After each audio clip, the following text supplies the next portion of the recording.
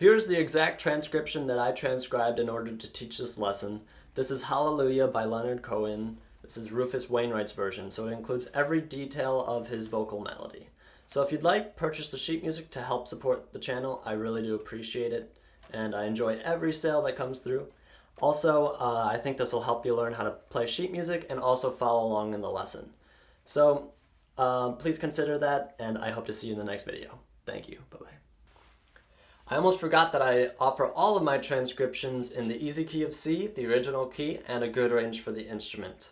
And these instruments are for 17 different band instruments. So that's flute, oboe, clarinet, bassoon, piano, alto sax, tenor sax, soprano sax, bari sax, trumpet, trombone, tuba, horn and F, euphonium, viola, violin, and cello.